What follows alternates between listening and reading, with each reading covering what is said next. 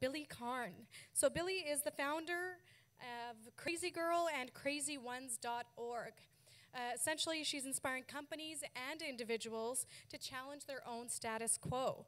So Billie's going to encourage us to think crazy. Okay, so what is think crazy?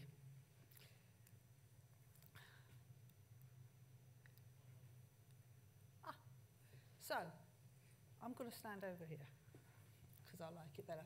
So, I wanted to get people to think about what exactly does being crazy mean? And the easiest way to do it, like we did when we were kids, we go to a dictionary definition. And everybody I've come across who does anything crazy, yeah, they have to be mentally deranged about their idea. They have to be wild and aggressive about it, because otherwise, if you don't believe it, no other gonna believe it, okay? The other thing is you have to be extremely enthusiastic, because you're gonna have a hell of a lot of people telling you, why do you think you can do this? What makes you so special? You were special just because you had the idea. And then it takes a lot of, I keep reading about this word, grit. You have to have grit to execute this idea. So, the first thing is, crazy is being deranged, being mental, being extremely enthusiastic, being all those bullshit things we do. Oh, I'm allowed to swear, yeah. All those bullshit things we do on a Saturday night at home thinking, I have got to execute this. So, I thought I'd introduce you to some people you already know, yeah? Historical crazy thinkers. And I just randomly picked these, okay? So, Martin Luther King, he must have had, you know, when he turned around and said, oh yeah, we're going to get rid of slavery and we're going to get freedom, yeah? What do you think everybody would have thought? Did everybody turn around and say, yeah, wait, go for it? No, they turned around and went, you must be on another planet, mate, right? The Wright brothers, everything. If you ever read about these guys, how much effort they put into achieving what they wanted to achieve. I read Einstein recently, and the journey that man had, now we look at him, and he's like this hero to everybody. But guys, nobody would even give him a job. You know, he went through so much hardship, and obviously I had to put Gandhi down because he's one of my ancestors. You know, this whole thing about we can get independence, but we're going to do it by using peaceful freedom means. We're not going to hurt anybody. That must have been radical in that time. But you know what's really fucking freaky about these people, okay? I swear a lot, can you tell? Okay, it's the fact that, you know, we look at these people and we're kind of, now we've got them down in our head as heroes. And they may not be your heroes, but to some people they're heroes. But the fact is, you know, I read this book years ago by a friend of mine called Mike Dixon called Please Take One, How to Live a More Generous Life. And the point he made in that book was, you know, Mother Teresa and all these, but you could have put anybody there on that platform.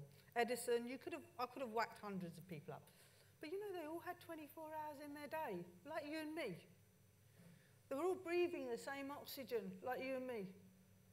So what is it that makes them think, okay, I've got this crazy idea and I'm going to do this? And that's what really I find fascinating. So I'm going to tell you about some contemporary crazy thinkers that I'm friends with. Yes, Pavlos, you're on there. So, this lady in the far, that hand side, I don't know my right and left. This is a lady called Kirsten Dickerson. She runs a company called Raven and Lily. And she decided that all these women in the third world developing countries, I tell you what, easier version. She's known as Bullet Girl in our house. And the reason she's known as Bullet Girl is because I read an article about countries like Africa where there were shootings and the women were going around collecting the bullet shells off the ground, heating them up, making them into beads and weaving these beads into the most beautiful, intricate jewellery ever. And she decided that you've got all these artisans creating these crafts in the developing countries, and then you've got all these women in the West who are affluent, who desperately want these things. Who's going to come along and do this? And that's what she did. Crazy idea. Believe it or not, everything on her company that gets sold is designed by women and children from... Her company has stopped female genital mutilation in the Maasai tribes, yeah? They're actually taking children out of brothels in Mumbai, giving them a reputable trade so they can... And these women are now building schools and feeding and educating their kids. And I think these... You know, crazy idea, we're going to connect this. I don't know if you know the next gentleman. His name's Arunachala Muruganathan. Does anybody know him? He is Time Magazine's 2014 100 Most Influential People. And he is the gentleman who actually created the sanitary napkin making machine in India. And he's a friend of mine now, and he's constantly telling me about how he's getting... I grew up in an Indian culture.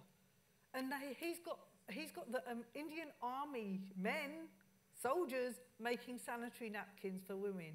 Who'd have thought that was possible? And he's a wonderful, wonderful, humble, down-to-earth guy. And his mission is to make India a sanitary napkin, 100% sanitary napkin using country, yeah? All because he wanted to impress his wife who couldn't afford to buy sanitary napkins, okay? The next lady, Catherine Ryan Hyde, she's the lady who wrote Pay It Forward. She wrote a number of books, but I'm sure you've heard of Pay It Forward, yeah? Which went on to become a best-selling Hollywood movie with Kevin Spacey. Little did she know when she wrote that book that this crazy idea was going to become a movement. I didn't even know there was a Pay It Forward Foundation that is taking the message from that movie and book and passing it around the world. I'm just sharing you some of my friends, really. That's all I'm doing. The next guy, his name's Subendra Sharma. He's in Bangladesh. And he has discovered, let me say this properly, Subendra. He's discovered how to grow a 100-year-old native forest in 2 years. And his mission is he looks at the world, he looks at the Google Maps, and he wants to see how much more of it can we make into forest.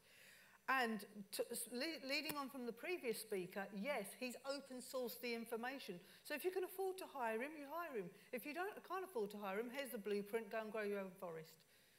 And it's amazing what these guys are doing. And another crazy idea. And obviously, I put Pablos in because I knew he was going to be coming here. And I spoke to Pablos. Pablos was probably number 16, I think, 2 years ago, for the first time when I spoke to him.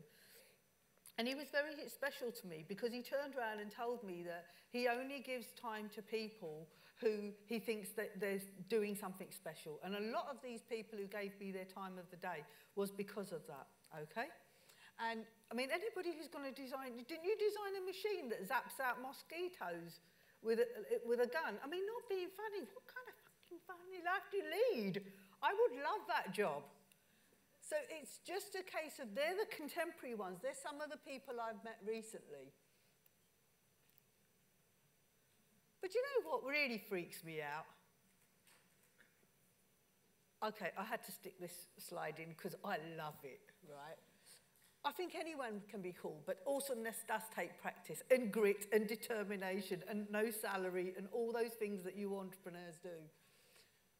But what really freaks me out is what would the world actually look like? The question I ask myself is what would the world look like if every kid was given an education that said, find your crazy gift. Go and put that crazy gift out into the world. What would the future of our humanity look like then? That's what intrigues me. And also, I'd quite like to do the pose. So, I didn't want this to be about me. I wanted this to be about all the crazy ideas that are existing on the planet and all the crazy ideas that you guys are perhaps having, but perhaps haven't been brave enough to take that leap, because that's what it is. It's a leap of faith. So my crazies, I thought, what am I going to show them?